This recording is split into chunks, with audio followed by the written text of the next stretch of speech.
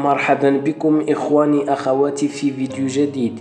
اليوم سنتعرف على موعد وتوقيت مباراة ريال مدريد في كأس العالم للأندية لسنة 2025، وبذلك سيواجه الريال مدريد فريق الهلال السعودي يوم الأربعاء 18 يونيو 2025، وذلك على ملعب هارد روك في ميامي بالولايات المتحدة الأمريكية في تمام الساعة 8 مساء بتوقيت المغرب، 10 ليلا بتوقيت السعودية.